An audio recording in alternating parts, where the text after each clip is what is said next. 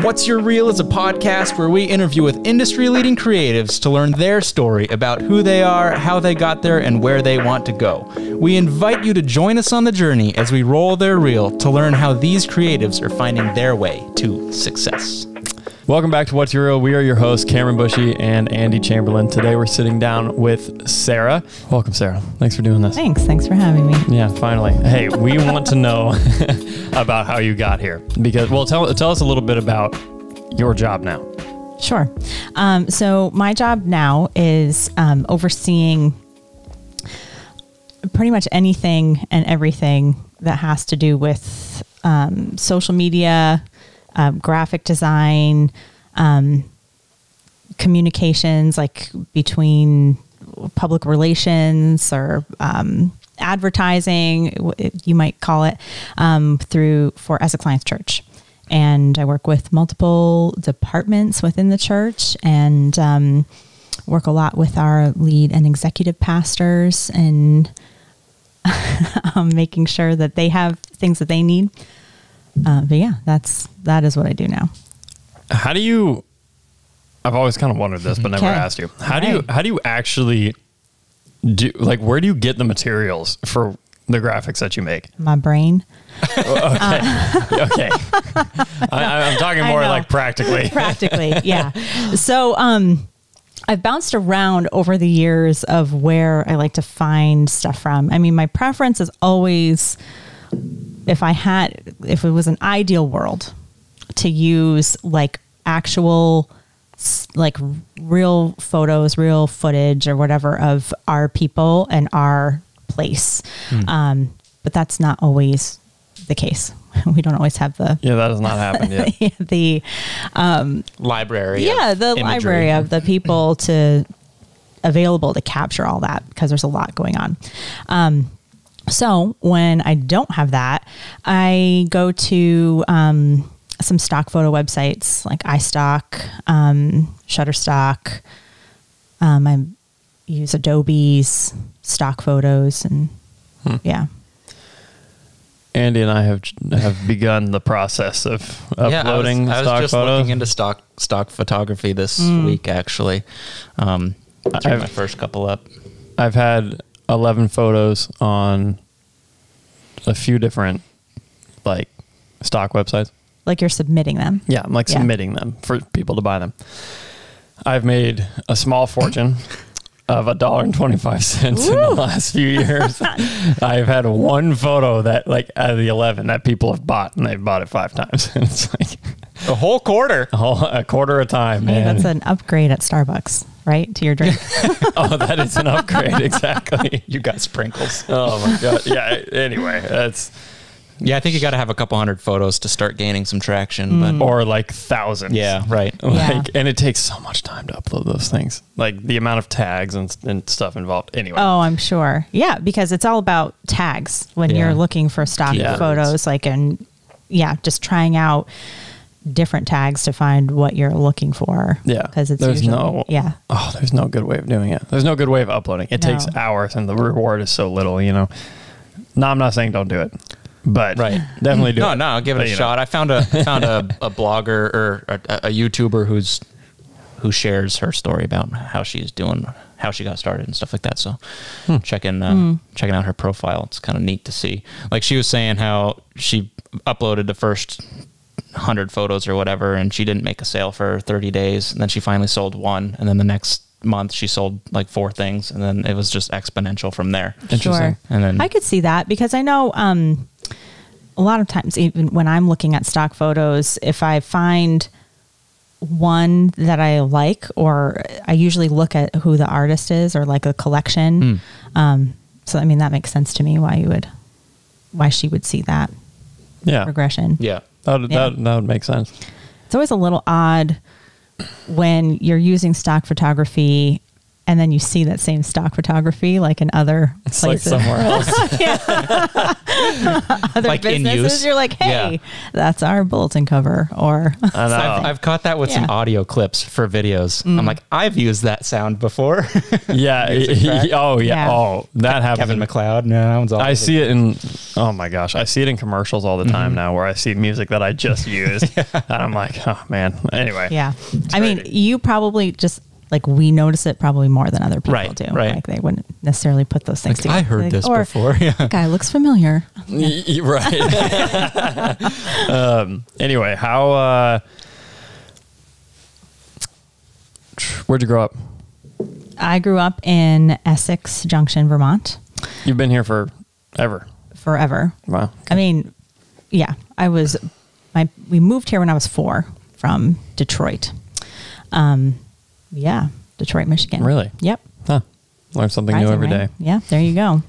But yeah, so I grew up in Vermont, here in Vermont, and then I went to college in, I'm just getting into how I got here. That's Just do it. Okay. Yeah. You ask a question, I'm just going to keep going. So That's fine. That's the point of a podcast. So I went to Palm Beach Atlantic University in West Palm Beach, Florida for college. And there my studying was in psychology with a minor in communication. So my major was psychology and my minor was in communication. Psychology. Yeah, psychology. Wow. Yeah. Okay. And just I'll like back up a little bit. When I was in high school, like I knew I wanted to go into psychology. Like I knew I wanted to go into some kind of counseling field.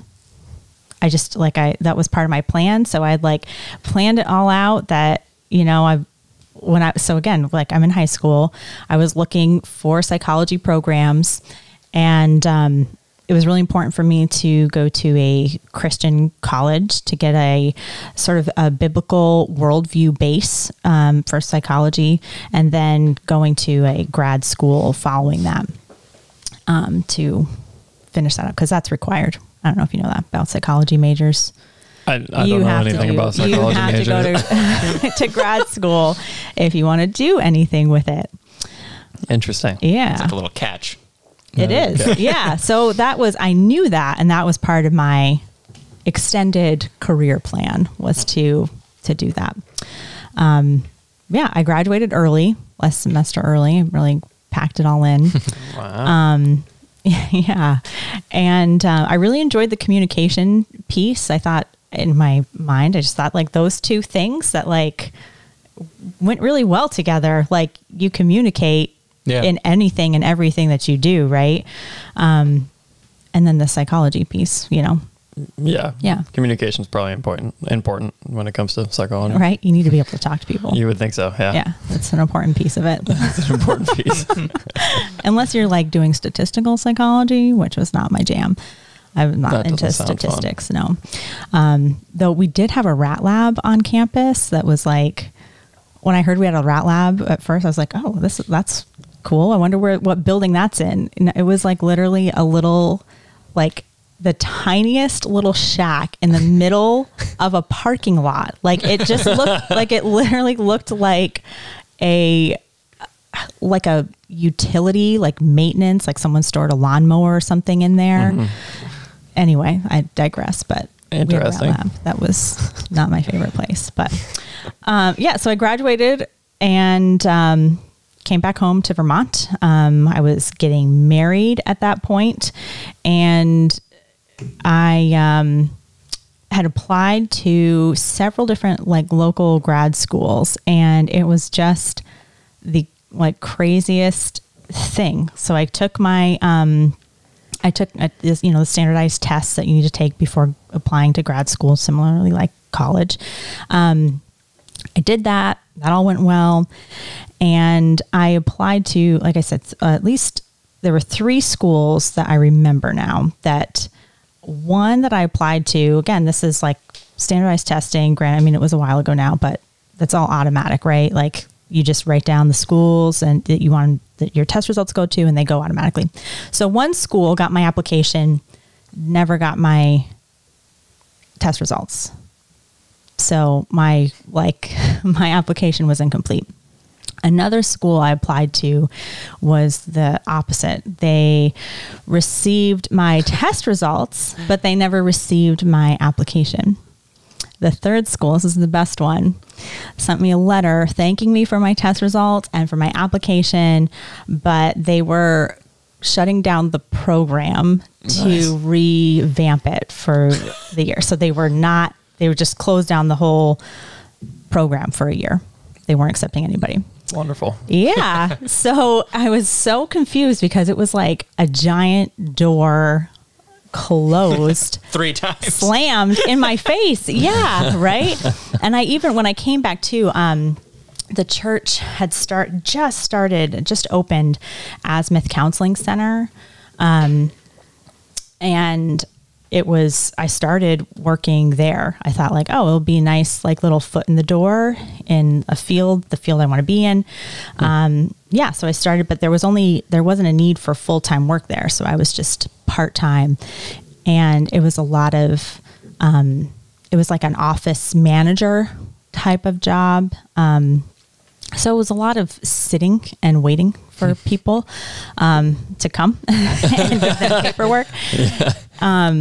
But yeah, so I was really confused, and, people would ask me like, what's the plan with grad school? And I would get like so almost like angry and defensive, like, because I didn't know. I was like, I don't know what the plan is. Like this was my plan, but you're right. I tried. I tried, and it just, I didn't have an explanation for it.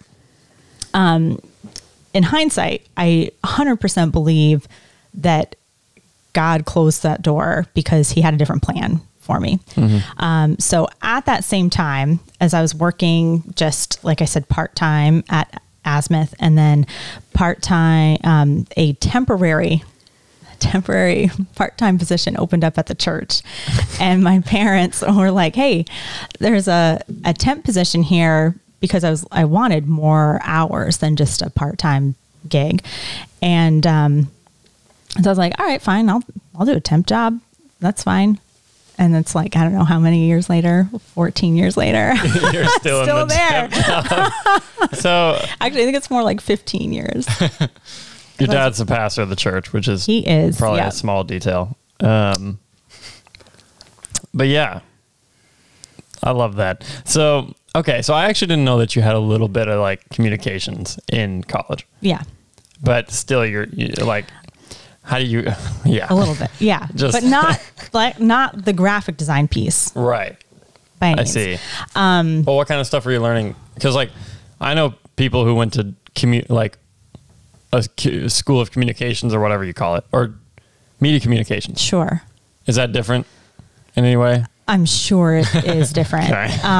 There was not, aside from, I would say, like history of communications, like, how we basically have gotten where we were, and, like the start of the written word, and like how that really changed history. Like that's a lot of what my communication was about. Like I took a lot of like gender communication, courses, stuff like that.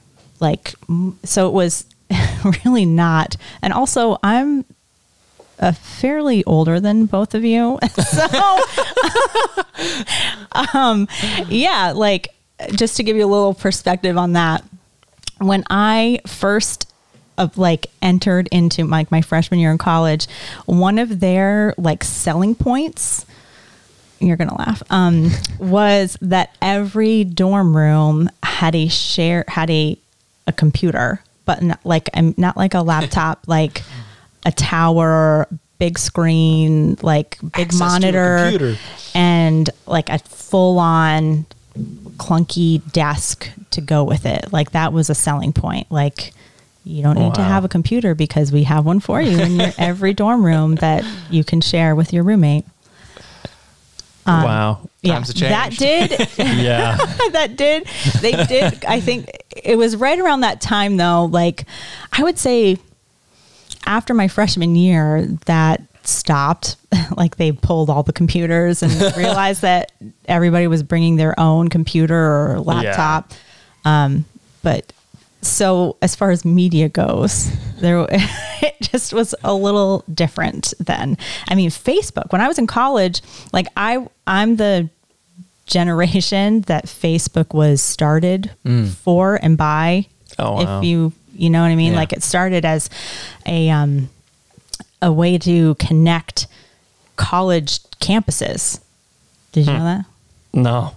Yeah, all the Facebook info. So I have like, I don't know, 4 years of Facebook that's just gone. That's like, I don't know. They just deleted it. Like, Oh, wow. So it shows, like if you look at, has been on Facebook since whatever day, or year. It was really like 3 or 4 years before that, because it was just like you had to your college actually had to be like approved by Facebook before you could join it. And so it was like you were kind of just waiting for your college to be approved by Facebook so that you could connect with other colleges across the country. So it all started with that. Well, that changed. It changed. Yeah, it did. It's amazing we still use Facebook. Yeah. I mean, So sorry. I was about to get on a tangent. I want to ride that tangent a bit. I'm curious about early Facebook. Like it encouraged you to meet people from all over the world, like a pen pal sort of thing, or yeah. Again, it was mostly like, and it wasn't even like globally at that point. It was just like a college network. Yeah, college, like United States college networks. Huh. Yeah. that's so strange. Because now you're Isn't not that friends weird? unless you like met somebody. Generally, Yeah. What do you mean? like I don't accept somebody's friend request unless I've physically Sure, met unless them. you've Oh, on known them. Facebook? Yeah. Mm-hmm. Yeah. Well, I don't use Facebook unless I'm selling something. It's just, You little user. well, dude, Craigslist makes you pay now. Oh. Isn't that absurd? I haven't used Craigslist in years. That's because we have Facebook. Yeah. Well, you and I talk about this a lot because I'm always like, I know nothing about Facebook. Like, Yeah. Like I do not know anything. Well, and you know what's funny? It's not. I spend a lot of time there, not just because they're, as far as like my job goes and like our viewer base or our reach is primarily on Facebook. Yeah. Like more people, well, yeah, I think more people are on Facebook or engage with us on Facebook than other platforms, other social media platforms right now. yeah, absolutely. that sounds right. Yeah. But anyway, I forget where I was going with that. Well, with so Facebook, but yeah, well, we were talking about a little college. tangent. Yeah. Yeah, we're talking about college. Well, you've been doing this for 14 something years. Seriously? Well, so here's how I remember how long it's been. So I got married in the summer of 2006, and I started working at the church January of that year. So I've been working at the church as a temp longer than I've been married. I was just looking up how old I was 14 years ago. You could do that in your Say head. that should No. be pretty simple. I didn't sleep last night. I was 7, by Yeah. the way. I was 7, everybody. Yeah, I remember. Really? Well, I guess I have been there. you've been there a forever. while. As have you. Yeah. We've all kind of been there Yeah. forever. I was Yeah. 13. You were 13? Yeah. Yeah. Wow. So I got into the graphic design piece, if you care to know. I do care to know. Thank you for keeping us on track. After I was there as a temp for a little while, it was like a 6-month temp job. So it was a longer, I would say, temp job. But we had just hired a middle school and high school pastor, and Joshua Becker, and he had an assistant that was retiring, and he asked me if I wanted to come work in student ministries, and it was a full-time position. So as much as I liked being at Asmith for the like sort of big picture career kind of thing. I just, it wasn't like filling, I don't know how am I trying to say this? Like I don't know if it's like a creative need, or I just didn't feel like I was being utilized maybe as fully as I could have been. And it, by nobody's fault, you know, I mean, there wasn't anything else to do, and they only needed this, so a certain, wasn't fulfilling. Yeah, it wasn't fulfilling in that way. So I ended up taking the full-time position at the church in student ministries.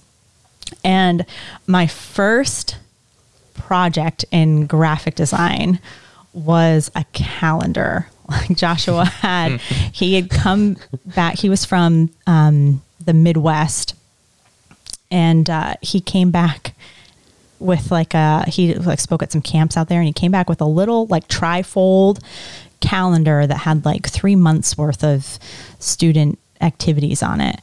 And he handed it to me, and he was like, I want you to make something like this. And I remember those. Yeah, right? See, you guys are about the right age to remember them. Board. That's right. I never. That was the whole idea. You just, like stick it on your bulletin board or whatever. Anyway, so I got the bonfire coming up. Yeah. So it was he gave me like total, like just free reign with a little bit of guidance with that example, like a hard copy example, to create something.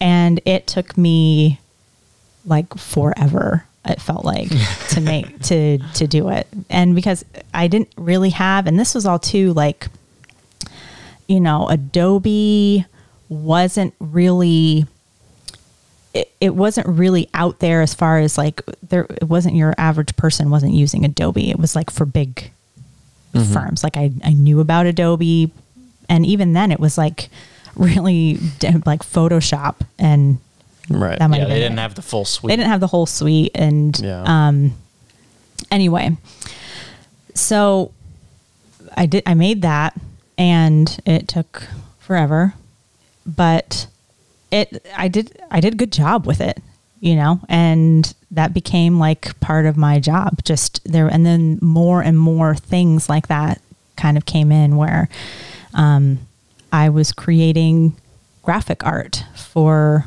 students, for high school students and middle school students. It all starts in youth ministry. It always does, man. It always does. Yeah. Seriously. Like where you can do whatever, and it doesn't you got to really work matter. out the kinks. Yeah, basically. It's kind of funny how we think about that. It's like, just, next generation, they can deal with it. Yeah. And then that just evolved. It evolved into,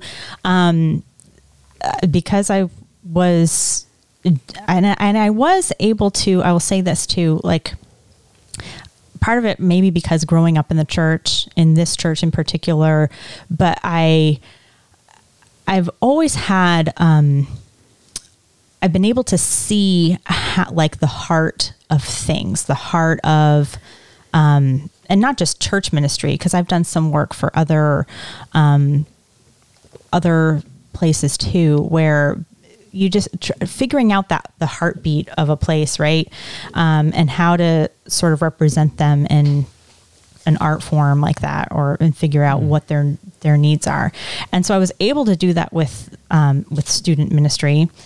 And then I was able to do that for like a bigger church ministry, and leadership there started like gave me some hours in doing that in like a bigger, and at that point too, the church was also outsourcing a lot of their graphic needs for things. And then that became eventually 14, 15 years later, a full-time deal. And it's incorporated a lot of other things, like I said, social media, sort of just, I think a lot of other churches, again, it all just depends on size and funds and staffing, but usually it's split up a little bit more in between, other teams. But so you were first tasked with this trifold calendar thing. Yep. And so graphic design was kind of new at that point you were trying to figure it out. Where did you go to learn, or did you just figure it out on your own? Oh, I totally just figured it out on my own. It was just, that was most of the time, was like hours, like just playing around and clicking on things and seeing what they did. And then being like, that's not working. What were you using, like Publisher or something? Yeah. So I started out in Publisher, which is horrible. Still is. Very horrible. But it was accessible. You know, it was like, at that point, it was part of the Office suite. Yeah. Especially for businesses. Just what you did, it was it was included. It was there. And I think, so it was fine. It was fine for what it was. And then I started using Photoshop and more of the Adobe suite products as they came out. And now I've trashed Publisher. I don't use it at all. I don't even have it. Yeah. Yeah. But we don't mess with that. No. Yeah. So what do you spend the most time in now as far as software? I would say probably Photoshop. Yeah. Yeah. And that's also because too, like, I'm sure there are probably better things. And I have also done, I would also say InDesign, a little bit of Illustrator. Some projects. It just depends on what the need is, what the project is. Yeah. Yeah, I've got a bit of experience in both Illustrator and Photoshop as well. They're powerful programs. They are. They get a little intimidating. Illustrator is intimidating. Illustrator is a beast I need to learn. But so we typically ask, who is like your biggest, influencer or media person that you look up to? And you can answer that. However, I almost think it's going to be a little different because I know you and I spend a lot of time looking at what other churches are doing because of what we do. Yeah. I would say I do have a feeling on just generally when it comes to art and creativity in churches. I don't know where this is going. Yeah, you'll see. No, I think sometimes as a church, I'm talking, not like big C church, that we let culture kind of decide what we do or push us, what we do creatively. And I feel so strongly that the church should be like leading the way in creativity. Should be leading the culture, not exactly. The culture Yeah. the church. And pushing those ideas and pushing some of those creative boundaries, like before the culture is. I don't know if that makes sense. Yeah. Not many do it. Yeah. And I think the ones who are trying to, do it so well. I mean, Elevation Church is one that I look to a lot. Their inspiration. Film team is fabulous. The videos that Elevation puts out is incredible. I mean, they're insane. Yeah. So what's an example of a graphic element that you feel you've worked on that's really pushed the limits? Or that's led by example? I'll have to think about that for a minute. Yeah, I mean, it's tough because I do think, you still have, like, I'll say your day-to-day, week-to-week things that just like need to get done, right? Like you still have, like, our favorite phrase is Sunday still comes, right? It still comes on Sunday. So there's just those things that need to happen like throughout the week that, you need like a sermon series graphic where you're not necessarily pushing anything. You don't have to reinvent the wheel on a sermon graphic, right? So, yeah, exactly. What kind of stuff would you want to push the limits on? Is this Instagram? Is this like what are we talking about? Yeah. Or maybe everything. I don't know. I would say it's everything. Yeah, I wouldn't say it. I do think it's just like creativity and arts just in general. Like I love seeing churches just like push that and like, because I think people connect to it. Like I think it's something that whether you have a relationship with Christ or, you know, believe in God or not, that people can identify with a good, like if something is aesthetically pleasing, if something looks good, if something sounds good, you know, if it's like a shareable thing. I think a lot about like, is this shareable? In like when I'm creating content for like Instagram, I'm usually mostly like Instagram minded when it's like shareable stuff, because if it works on Instagram, it'll work on Facebook. Typically. Probably. Yeah. So, you know, a lot of words usually isn't as shareable, and it's finding that balance too of just like, you know, you're still a church. You're like your mission, my heart is advancing God's kingdom and growing that. And so it's finding that balance of, like keeping that big picture like at the forefront of everything I do. But also looking at other things, just like, okay, what is this like secular business doing, secular company doing that's working for them? And how can we, because not all of those things just translate really easily into church, like how you would either advertise or use social media. They don't translate easy or seamlessly.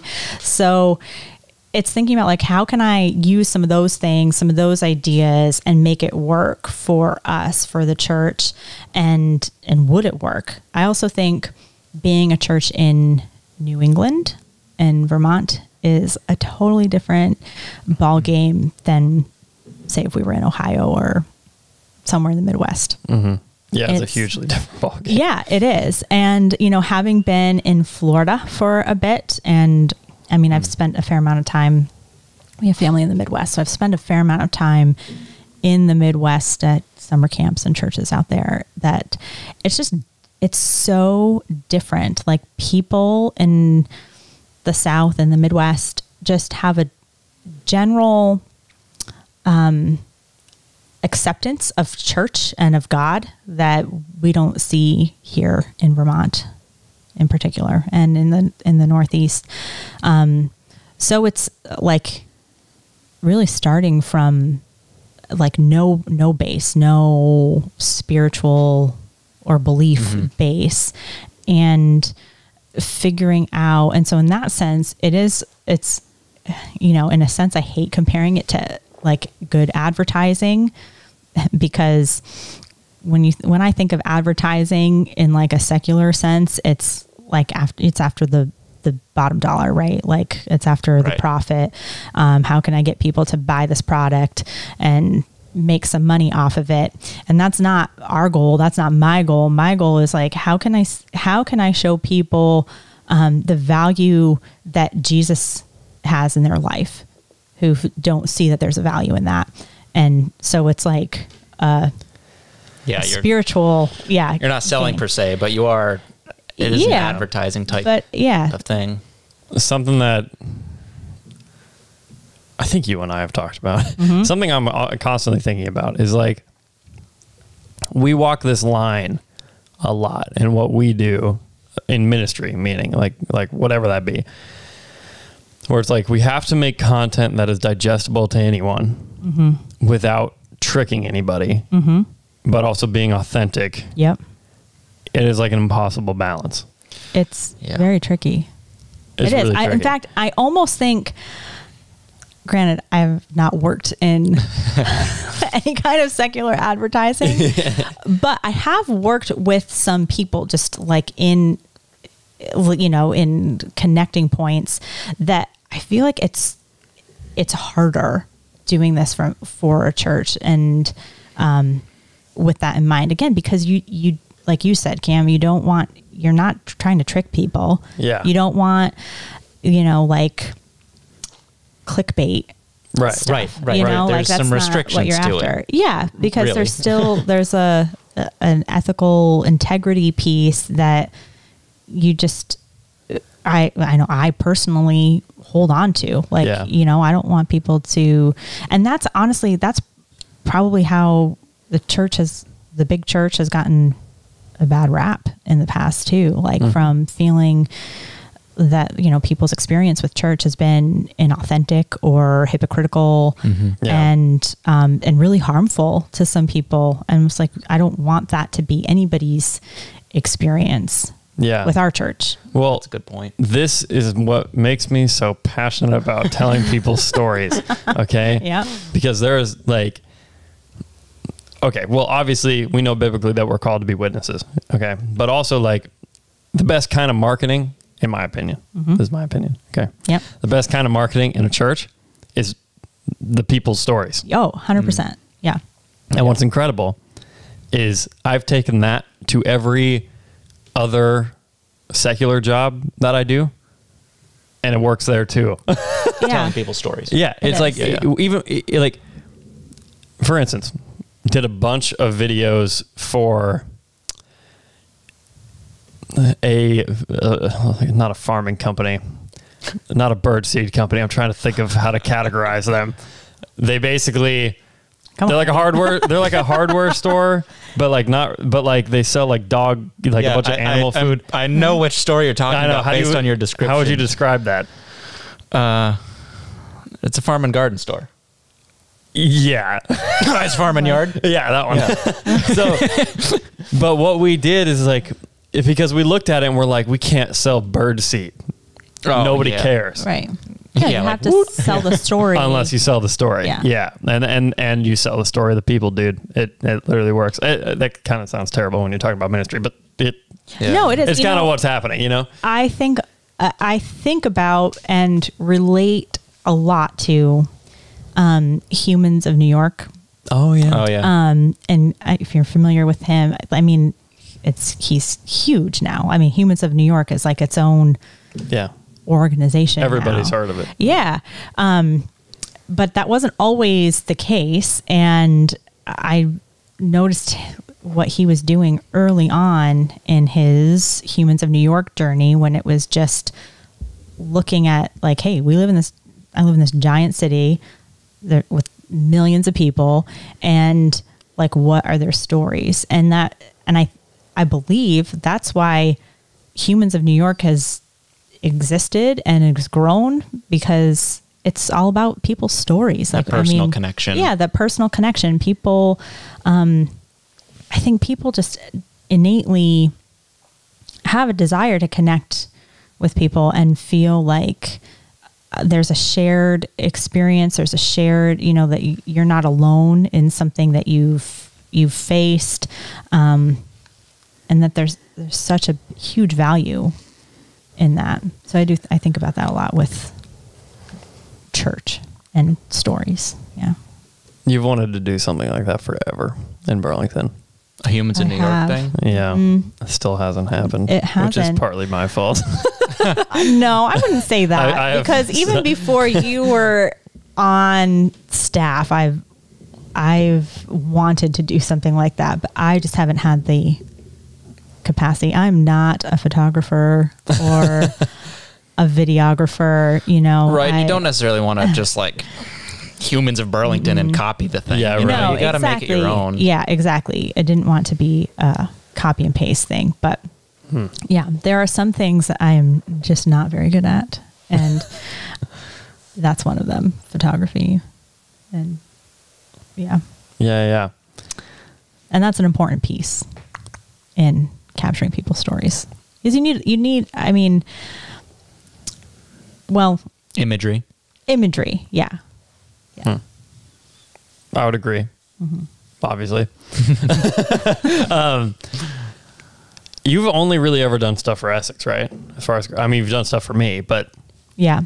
I have, yes and no. I've done stuff for my husband and his job, his business. Yes.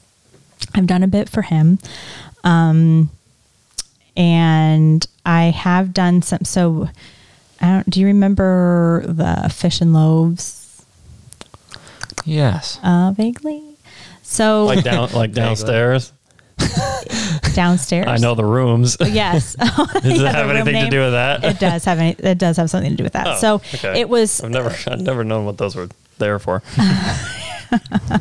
So there was. Yeah, it just. I think the direction of things changed, but anyway, it's like a church initiative that didn't. Well, it was actually its own nonprofit. Oh, that was separate from the church, and they had a whole different MO kind of thing. Anyway, again, because it was separate from the church, feed the community sort of thing. It right? was, yep, and it was bigger than that. It was like it was a lot about food and like urban, like food deserts and providing stuff like that. But also education. There was like an education piece. Anyway, I did a lot of stuff for them too when they were, yeah. I've always wondered what those rooms, why they were called that. Fish and loaves. And what they were doing. Yep, I was like, the fish and loaves rooms downstairs. I'm like, yep. Is that still a thing, or is that Project Sunset? Well, it was, my understanding is I think it was sort of tabled indefinitely. And so I don't know. I don't know if it's necessarily like just done or, but yeah. So I've done stuff for them, but I don't have a whole lot of time for a lot else. Yeah. Yeah. Every once in a while, I'll get like a little, like just a tiny little side request from somebody who. Yeah. There's usually some connection, like someone I know or someone really knows. So what do you want to do when you grow up? Do you want to do this forever? I wouldn't choose your next words carefully. Yeah. No, I'm just kidding. No, listen. So though I love what I do, it's certainly, I'm not sure if I mentioned this when I was talking earlier. I don't think I did. But when those doors were closed and I started in, as far as grad school, psychology, career goes, and I started down this path, I could see that it was exactly where God wanted me, even if it wasn't what I thought I would be doing. And since then, I definitely feel like 100% God has placed a call for ministry on me. And what that looks like, I think, is ever evolving. I mean, even just, I've been doing a lot more. I've been doing a lot more in like, as far as like big picture. I've always been a big picture person, like seeing the big picture behind things, even back when like we used to do Christmas Spectacular. I could see like the whole thing, like the whole show. And yet I could also think through like every little detail that need to happen to make that big picture happen. But so I've been working with more people, like on sort of a one-on-one or like a individual ministry basis on like big picture stuff. And like that advancing kingdom. I mean, ultimately my passion is people over design. Yeah. And so how that looks and how God is going to use that, I'll leave up to him. Yeah. So I don't know. Well, you have a passion for reaching people. Exactly. And I do think, I mean, that's evolved over like the last decade plus. And I see that continuing to evolve and what that looks like. Isn't it kind of crazy that you felt you're passionate about reaching people, basically, and you were thrown into this job that eventually became the social media monster that we're in now? Yeah. It's kind of crazy. It is crazy. You ever thought about it like that? No, I think about that a lot. Really? Yeah. And I think about too, just how God knows so much more than we do when we're making our plans, and how we can trust him with that. Because, early on, clearly I had a heart for psychology, and I thought the communication piece was an important part for that, and just how he's taken both of those things. I mean, the joke is that like psychology majors never end up in psychology because yeah. It's like, if somebody's just doing, I don't know, probably something like what I'm doing. Oh, you must be a psych major. Because that's funny. I know like the thing about like English majors. Yeah, it's similar. The unemployment major. Yep, it's very similar. Everybody majors in psychology, and then like a very small percentage does anything. I did not believe I would be part of that. But I will say that I have definitely seen where God used that as part of his plan. Like that was not just used as part of it, it was an integral part of his plan. Like having that base, in how people, right? Because psychology is about people, and how people, reasons why they behave they do or think the way they do, and differences between genders and generations and all that stuff.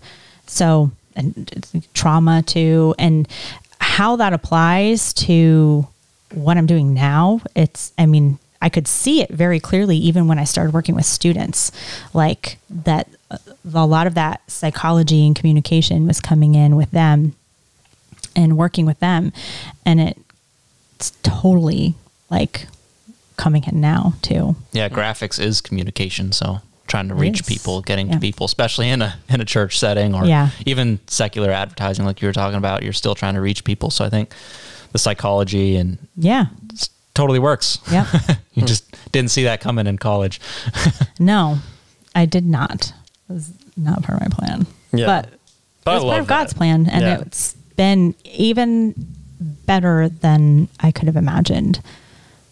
Because I actually do think about that like if I was in a sort of traditional like therapeutic psychology counseling kind of role, I wouldn't, there is a creative side to me that is being fulfilled in what I'm doing now, and in like how I work with people now and how I minister to people now. And it's such a perfect fit. It was like, God just knew me better than I knew me. Yeah. Can I shift gears a little bit? Yeah, go for it. I just remembered a vital detail about you. Okay. You're on the worship team. I kind of forgot that this is about all of those things. Yeah. I'm like, oh yeah, graphic design. Let's talk about that. Yeah. I like totally, well, I don't know. Wow. Okay. Anyway, that just came to me. I was like, oh yeah. There's a lot of facets. Yeah. You're also a singer. Okay. So I do sing. Tell us about that. How did that come about? Okay. Well, totally shifting gears here. It's really shifting gears. I have a whole nother podcast now. So I was on a student-led worship team. What was it called? It always starts in youth ministry. It always starts in youth ministry. That's why youth ministry, student ministry is so important. It's so important. It's a training ground. Yeah. Hey, that's for students. That's where passions That is why I'm on staff. Are lit. Yeah. It's because I started in youth ministry. Yeah, it is. Yep. Yeah. So I was on a worship team. Oh, I wish I could remember the name of it. This was back when everything was an acronym, Yeah. So it was like, it was BLAST. It was called BLAST, and it stood for Big, Loud, Awesome Service for Teens. Of course. That is the most youth ministry band name ever. Like I love 90s or early 2000s, late 90s, early 2000s. Anyway, so that was like a Sunday morning, BLAST, which was like a middle school, high school. You just like shudder at that a little bit. Just got a shiver. Like, I know it's a little cringeworthy, but that was the time. Yeah, fits the time. So anyway, I sung with a student band that was a student church service on Sunday mornings way back then. And, so I sort of just continued with it, like when I was home. So wait, did you I've like kind of- sing growing up, or was this like, oh, give me a microphone, I can do this? Like, what's the deal? I mean, a little, I would call myself like a B singer, know? Just, hey, real question. Yeah. Are the two E's and B silent? In B? Yeah, like the bzz. Oh. Stop it. Yeah. Think about that. Oh. Anyway, continue. No, they're not. They're not silent. I don't want to waste brain cells on that. Sorry. Yeah. I'm not like, my sister is an incredibly naturally gifted singer. Oh, really? Like she was always naturally theatrical and just had more of a stage presence, I would say. So I sang again, growing up in church, like also, that was also very like, 90s church was a lot of like, we would sing, like I would sing with my dad, like on Sunday morning, like that was part of like church service. Yeah. Like singing us. He's got the whole world in his hands or something like that. Yeah. So, I've been singing since I can remember, but not in any kind. It was never like a huge part of my life. Like especially when I got into high school, I sang, like I said, I sang a little bit in that student-led band through church, but I didn't sing like in anything through schools. I didn't really sing in college at all. Like I said, when I come home, I would jump in a little bit on worship team that was here, and choir when we had a choir. But even that, like that's evolved over the years for me and how that looks. Yeah. Mm-hmm.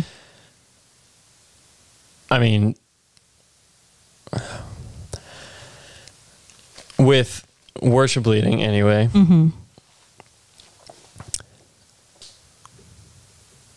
I don't know if I want to leave this in or take it out. Okay. But it's like I got to choose my words wisely here. You can lead people. Yes. From a stage. Yes. Like you're saying that I am capable of doing that. Like I do that. Like you do it very well. Okay. Yes. Is what I'm saying. Yeah. No, I do. I like to think I have a pretty, we all have a bias when we think about ourselves, right? But I do like to think that I have a fairly realistic view of what my strengths and weaknesses are, which is why I said I consider myself a B singer, because I know I'm not like some people just have a natural cadence, a natural ability vocally that I don't have. I have worked to make that better. But it's just, some of it is what it is. And I know what I have. But I also, in that same sense, I know what I have. And I do know, like, leadership is definitely one of my giftings. And I can lead people. Yeah. No, the church wakes up when you're there. Oh, well, thank you. That's how I always describe it to people. It's like the church wakes up that morning, because you know how to lead people. And that's interesting because of just everything that we've talked about and how, and Ron talks about this a lot, in leading us as a worship team, that, like you can, the leading people, is such a harder thing, I think, to get when you're talking about worship, than it is. You can work with I'll say almost anybody who has some kind of quality of instrumentality, musicality, if they can fit into a team well and lead well. And I mean, and my own personal, thoughts and opinions on that too is like, again, worship should look different than other forms of music, right? Like, anybody who can sing well, you can come on a Sunday morning and hear it and think, oh, that was nice. Like that sounded great. It was, the band sounded good. Vocals sounded good. The mix sounded good. But worship should be a different, like a next level of engagement, of connecting, that is it's a little bit harder, I would say, maybe to hone some of that, in developing people in a worship sense. Yeah. I mean, there's a whole nother aspect other than singing, just like there's a whole nother aspect other than advertising that we're talking about. The goal is to get to the feels and really reach people deeply and emotionally. Deep feels. Yeah. Yeah, get to those feels, bro. Yeah. I honestly, I hate the word feel. So I don't know. You wouldn't know. It gives me the willies. That was a real shudder. Yeah, I hate that word, but reach people deeply more than just like going to a concert. Like it feels good. Yeah. But like, no, you want to like really move people on a Sunday morning and bring them in. Make them vulnerable. I'm not sure if you knew this about me, but I do have some life experience that has shaped a little bit how I lead. That might be surprising. Is it youth ministry? Nope. Okay. I was a competitive cheerleader. Oh. For I think I did know competitive. Competitive. Okay. Not just a cheerleader, a competitive cheerleader. Yeah, it's important to, to specify, to distinguish between because they're have you seen like Cheer on Netflix? Okay. You're not the first person to tell me to watch it. It's a great listen. But no, I Willie watched it with me and he was totally hooked on it. I love Is this a cheerleading show? It's a documentary. Okay. A docuseries. We should get Willie on the podcast. We should. Let's do it.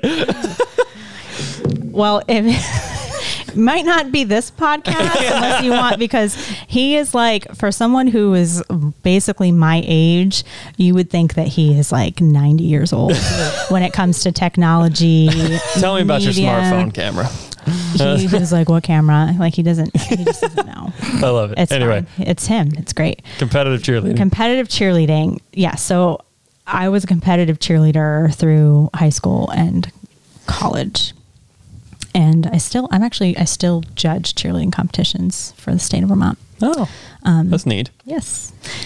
Little side detail. You help. Well, actually, never mind. Essex. I don't think Essex has won since my year. But no, they haven't won in a long time. We were like, weren't we like? No, I'm thinking of gymnastics. Gymnastics, we won like 17 years straight or something like that. No, I mean, that was the case for cheerleading. Oh, really? But it was, like when I was in high school, we won like. It was like 11 years or something. Oh, wow. 10, 11 years. Anyway. Essex is better, people.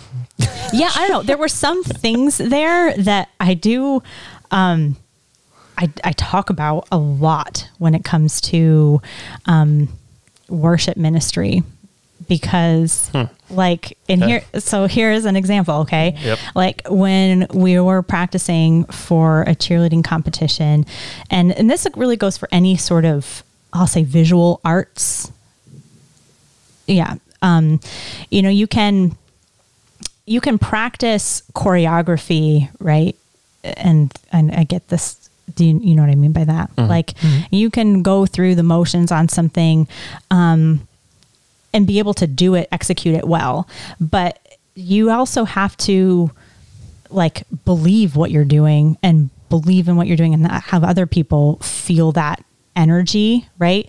So like one of the things we would do is like we would practice smiling, and or facials was like the word too, because it wasn't just smiling. It was like a lot of crazy facial expressions.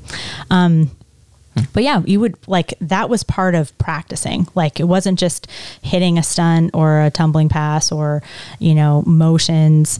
It was like showing, because you have to do it.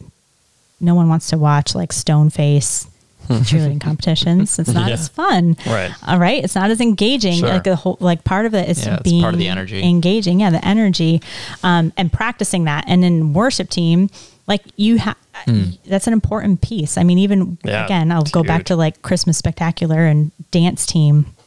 When I would when I was leading the dance team for Christmas Spectacular, I would like have them practice smiling. That was like, because if you don't practice it, when you're in front of people, there's still something different about being in front of people, whether you're leading people or if it's more of a performance in front of people, that changes the dynamic, changes your own energy. Like there's a little bit more like anxious energy there where you tend to lose some things, like, and it's usually smiling. It's usually shows in your face, where if that becomes second nature or like mindless, like you don't have to think about smiling anymore, you just do it. Then you don't have to, that's not something you have to think about doing. Like when you're trying to make sure you know where you are leading a song and what verse I'm in, or is it the bridge next or the chorus next? Yeah, right. Like you're already thinking about those things because you're leading people in those things. You don't want to have to think about smiling and engaging in that way. No, and that's so huge. I mean, we because of the virus and stuff, we haven't had church services. So we went and did some recordings. And the last set of recordings that we did was after a giant power outage, and one thing led to another. Basically, half the stuff, just everything was just going wrong that night. And like the recordings are terrible. Because everyone is pissed on stage and just like so sick of all the stuff that was happening elsewhere. And I only say that because it's like, you know, I don't want somebody listening to be like, oh, well, they're all just like fake smiling up there. No, it's not fake. But it's like, one, it's not fake, it's authentic. But when when you're like, this freaking lyrics are wrong again, you got to wait for them to change, because that's what happened. I had to go and redo all the lyrics. Oh, no. I don't even know how that, so like, where's it going with this? But yeah, it's like, it still has to happen because of leading people. Yeah. Does that make sense? Yeah, it does. Okay. It does. So. No, and I do think like, yeah, it absolutely has to be authentic. Right. And I will say like, that is one thing too, in where it's a key difference that I've seen in, I get, you know, from like, I'll say like cheerleading, competitive cheerleading, to like either worship dance, like a dance team, or worship, you know, vocally leading, is it has to be authentic. You know, I mean, you can fake smile and like, I don't know, do crazy things with your face during a cheerleading competition. But if it's not authentic when you're doing it in worship or in again, performing like dance in a worship service, then it's, you're not doing it right. Yeah. That's got to be kind of hard at times. 'Cause like, you know, somebody may love cheerleading or love dancing, so they legitimately feel joy from that. But like Cam was saying, some nights just, you don't have your game on. So trying to put on that stage presence of smiling while being authentic, I would think would be challenging at times. Yeah, for sure. I mean, and there have definitely been times, like personally, when I've been leading worship on a Sunday morning where, you know, it's been a real, just like rough personal place that I've been in. You know, other things are going on where and this is where I do feel like worship is different. It's not so much about the smiling, though, like that is a piece of it. Again, like just it becoming a practical piece. It's a practical piece. The authenticity piece is the biggest part. And so like on those, I know some of those Sundays that I've come in not feeling I'll say like joyful, not like feeling down, feeling frustrated, feeling tired, or, you know, emotionally, mentally exhausted. Worshiping from that raw, authentic place, I think has just as much impact as worshiping with a smile and with joy. I mean, and there've been lots of times where I've been leading and I feel like my voice catch from just whatever's going on in my personal life, that it just comes through, and it's just amazing how it doesn't matter what's going on. Like if you're coming to it from a place of authenticity and a place of just allowing God to worship through you, lead through you. Cause I start all my Sunday mornings, before going out on the platform, with that prayer on my heart, that it would be him there, him using me as his vessel, and however that looks and whatever that may be, and not me, and putting myself aside and putting him above. Mm-hmm. Oh, can I switch gears again? Yeah. Okay. Back to media. I just remember you've taught some classes, maybe only one. I was there for one of them. I don't know how many. I've taught a few. Okay. So you've taught some classes on what you do on social media, on graphics and specifically for churches, I assume those were. Yeah. Yep. Yes. Specifically for churches. Yep. So give us some information. I mean, give some churches some advice here. Okay. So, like I've gone a couple different directions with some of these. One is more of just like a personal, like how I feel, my personal sort of beliefs as a believer, someone who claims to know Christ and love Christ, how we should be using social media. Like as individuals. Gotcha. And then there's some stuff as like a church. But so as far as individuals go, I always think, and this really translates to anything. I think you can apply it to any aspect of your life, but is it coming from a place of love? You know, like where is it coming from? Like, are you like, is the thing you're posting, is the thing you're sharing? I mean, I love a good meme. So that's, it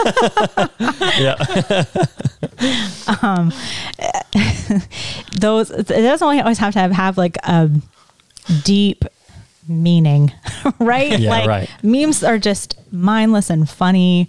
And the two E's and B was a meme. Yeah. I didn't come up with that myself. Okay. Maybe we needed the visual to go with it to grasp it. I actually, I didn't get the visual. Somebody just like someone just like read it to me. I was like, that's great.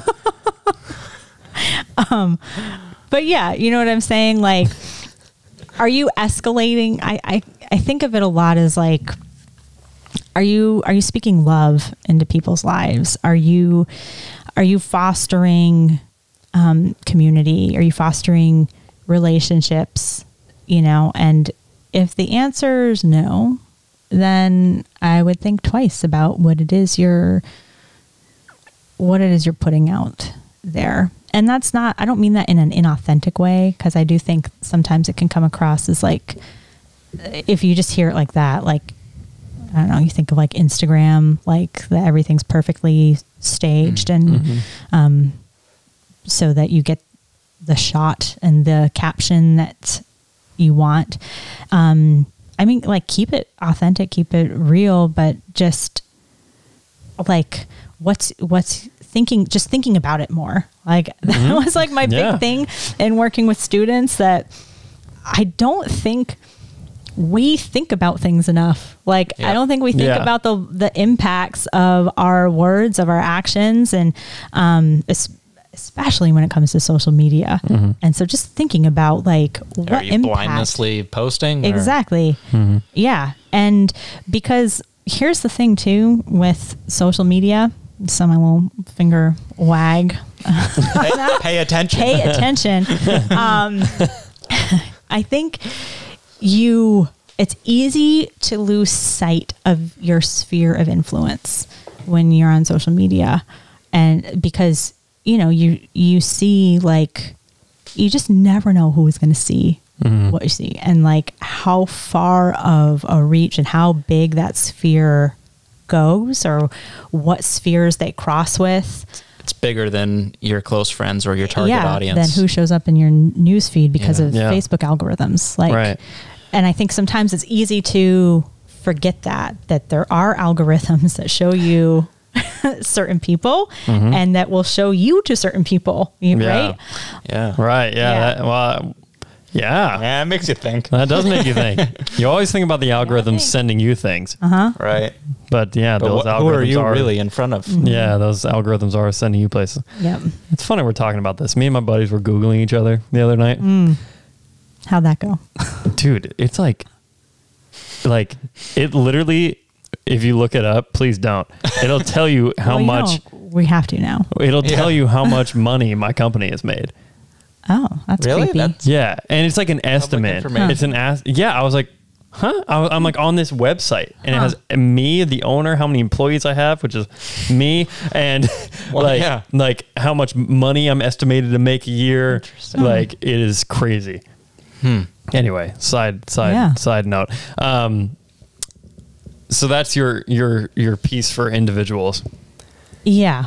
Just think. Just think. I agree. Think a little bit more. I wish people would think about a lot of things a little bit I was more. talking with my wife about that recently. Like, I think the majority of people don't think. And I'll stop there, but like, I don't think there's a lot of people that are deep thinkers. Like, they don't take a step back and think about the world or what their actions have on the world. And people need to just stop and think more. So they need to be better listeners. Goes to that big picture. Okay. Yeah. Psychology major. Okay. I learned this like recently that some people can't have internal dialogues with themselves. True or false? Well, I think it's true. sure. Okay. What? I don't know. Yeah, Some people can't. I mean, apparently some people legitimately cannot like talk to themselves. Like the first time they think, like basically the first time they think of something is when it's coming out. That seems dangerous. I know. I mean, let me put it this way. I wouldn't be able to say true or false in that sense, but I don't think humans are beyond anything, like when it comes to abilities or inabilities. Yeah. I don't remember what source I heard that from or if it was reliable It's an or not. interesting thought thing. Like, even if it's not true, I think, I'm sure there's a scale that some people are more internal thinkers or well, I analyze everything, for instance. and some people definitely analytical. some people definitely analyze less. Yeah. So it's an interesting thing to think about. I would also just like to throw this into when you say, I don't know, one of you said something about like, where did it come from? I'm not sure where it came from. Please look at where things are coming from when this goes back to personal stuff on social media. Like, before you just like share something that looks factual. Oh yeah. Yes. It is like a huge, I honestly think like partially why we're in where we are is, you can stop there. Right? Yeah. We know where we are. Country as a, global community, is because there's so much out there that is opinion that gets shared as fact. Looks like fact. It gets confused. And the thing, I mean, here's the thing too, like everything, even something, this might get a little too, I don't know. Whatever. Anything is kind of relative, right? Even like statistics, which are pretty hard and fast and can be interpreted different ways, or can be published in different ways, like can show something or not show something. So everything is, I'll say, a little relative, even the hard stuff, even the hard, cold facts, because whoever's reporting it still has their own bias and slant on their own personal worldview that is going to come out. So I just think, even just thinking about that, like recognizing that we all have a bias. We all have a worldview that is different, and who's sharing these facts, even if they are facts, like I was saying, like who is it coming from, and what's their worldview, and how does that fit with your worldview and your own biases and all that stuff. Anyway. Or even just paying attention to who posted that graphic. It may be a graphic of a statistic.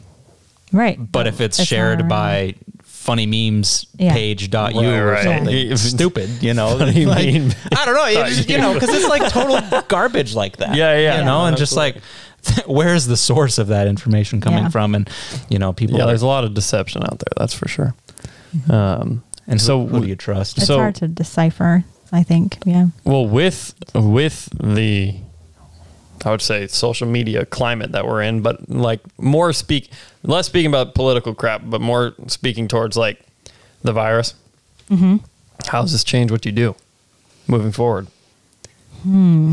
Well, it's certainly secured some things in what I do. Like as far as it's, you know, it's not going away. Like the digital communication, digital services, you know, digital ministry, I don't think is going anywhere anytime soon. I don't think it's ever going to go away. I think there's always going to be a need, and of course, like there's more, I wouldn't say more value, but a different value, a strong value in person stuff. But there are people who just need to be able to connect remotely, digitally. That is not going away. So that I think that's changed. Not necessarily from like me personally, what I do. I certainly had a lot more work like initially. Yeah. I was working a lot. You don't have to make that weekly bulletin. No, that's gone. The flyer is gone. I've been trying to get rid of it. So funny thing. That's going to be gone for a while. When I started as a temp. Oh boy. The bulletin was like something I was like, oh yeah, I'll help with that. And 15 years later, the thing is like a boomerang. You just try to give it away to somebody else, and it always comes back. Like if you're there, the bulletin always comes back to you. Yeah, it's kind of going to different people. Yeah. Oh well. Don't ever take on the bulletin. That lovely bulletin. All right. One quick piece on churches. We'll jump back to. Okay. You know, because you had advice for churches, possibly for social media. Yeah. I mean, you taught courses on it. Yeah, no. I mean, and that really, you know, a lot of my thoughts on that has to do more with, I'll say missional living, and really embracing that as a church. So I think if you can embrace missional living, and, you know, just what I mean by that is like that your focus as a church. I think because churches are still, you know, we're in this world, we're in this time in history and culture that the church is functionally operates like a business, right? But we're more than a business, but there are just logistical things that a church does that are like any other business around, right? And sometimes I think that can bog churches down in losing the vision and the purpose to why they exist and why they should exist. Like it's not about like what songs or how loud the music is or, you know, what color the auditorium is or whether you call it an auditorium or sanctuary. Like getting hung up on these things, pews or chairs, these little things that really detract from the purpose of the church. And the purpose of the church is advancing God's kingdom, right? And reaching people so that they can have a relationship with Jesus, right? If that's our goal. And like, so how do you do that? I think that the church has lost that. You know, we're living in a post-Christianity world where that sort of foundational belief of like everybody accepting God, like a God, is not there. We're not operating out of that. So we're a lot like the early church in that regard, like starting from no belief or from disbelief, and even like starting from a place of rejected belief, right? Because of harm that the church has caused. And so I think for some people, some churches, like breaking out of your Christian bubble and like really building relationships to reach people for Christ and in an authentic way. Like this is not about like handing out a tract on Halloween with your candy or leaving it like what looks like a fake, $50 bill that's really a track on, as a tip at a restaurant. Like it's little things like going to a local, like, I think some of the relationships I've built have been, like I've gone to yoga classes and building relationships with people that, it starts in a class like that. And then, we might get coffee after the class and we might get lunch after the class.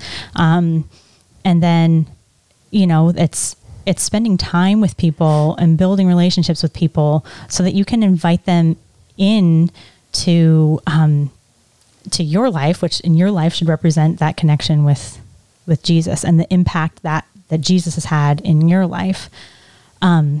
So all that to say, my biggest thing for churches when it comes to social media, when it comes to communicating, is thinking about missional living. Because I think if you've got missional living, then that piece should come. You can't go wrong with that piece. And it has to do with like, because here's the thing too, like what works for me and for us at Essex Alliance Church isn't necessarily going to work for the church, even in the neighboring town or the church, in, a different part of the country. Like you have to be able to know the community you're in, and the church should make the community a better place. And so how are you being able to show that through social media, through graphic design, through your communication, that like our church is like wants to make our community a better place, and because that's what people connect with. Do you find yourself trying to strive for a really high quality product? One thing I got from Josh Becker when I did some video projects with him back then is he always tried to push us to not be church basement style and not just be kind of, lame, throw it together. We do it because we're the youth ministry. He always tried to push us to be high quality and take it a step up. Do you find yourself pushing quality limits in order to really reach the elements of your job at church? Yes. I'll say yes with a caveat. I do think, what I'm seeing, what I've been noticing with coronavirus in particular is that I think that's shifting a bit for everybody, secular church world, that there's a shift happening where I think quality is still super important. I mean, you don't want to like half-ass stuff, right? I mean, you want it to be like full, your full effort, your full heart, like of whatever it is you're doing. So that piece. But I think for a while we got into a place of like being almost too focused on quality that you lose some authenticity. And so I think keeping that authentic quality. You brought up a good point with the coronavirus, how that's maybe changing, is that I think the generally acceptable like level of quality has come down because everybody's moved on Zoom or streaming of some sort. And we've chosen a very high level of a video stream of going full HD cameras and everything and broadcast on YouTube, very high quality. But a lot of people are just like talking to the iPhone sort of deal. And people are accepting of that because that's kind of the barrier of what's out there right now. So that's an interesting point too, that now that it's challenged the communication, I think the way of reaching people has almost taken a notch back. Yeah. Yeah, I mean, and you think too, like people have been kind of forced to like shoot stuff from home in isolation in every industry. You know, like it doesn't matter what you're watching. There's comedians that they're just late night show, doing it online in their room. So your quality, I mean, they still, I know for if you have the money, if places have the money, they'll send their people like quality production equipment, like the cameras and the microphones. So it's not just like your cell phone, but it's different, right? It's not highly produced and polished. And I think people have started connecting with that in a way that like you still want the quality there. Yeah. Yeah. But comes a point where that shouldn't be the threshold, that it's getting the information out there is the important part. Yeah.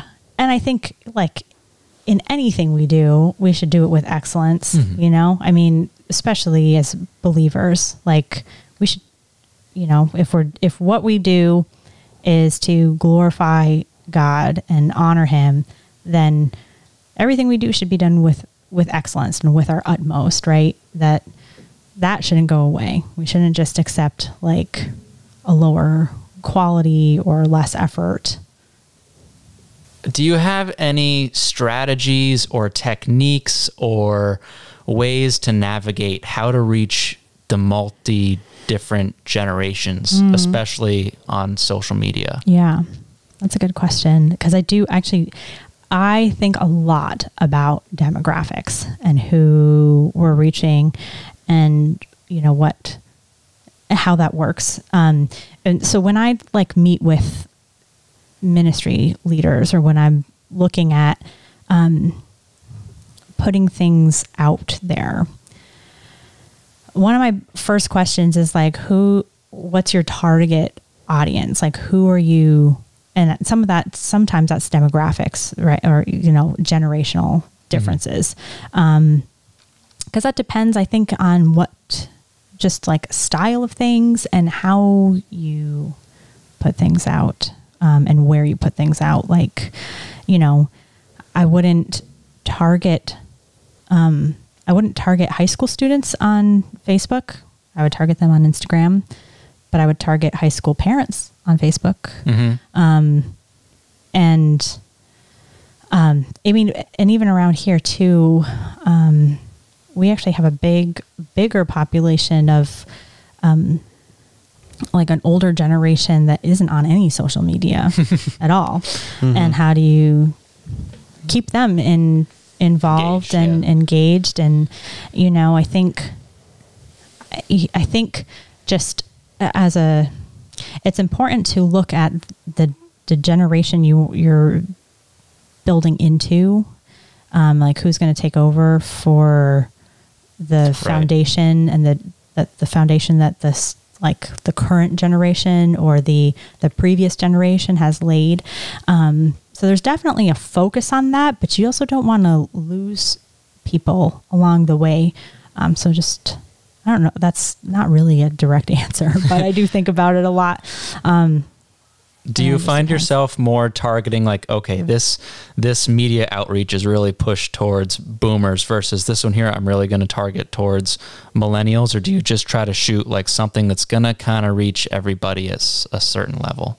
Yeah. I mean, again, if I think about like big church stuff, it's a bigger, broader reach. And I wouldn't say as a narrowed in,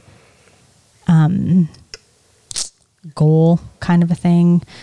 And and in that sense is trying to think of like, you know, thinking of the broadest base of who that's gonna connect with. And hopefully, you know, too, again, thinking of missional living, that's right. That kind of overlaps everything. Yeah, I'm always thinking about like, if I'm not a church person, how does this look to me? What is this saying to me?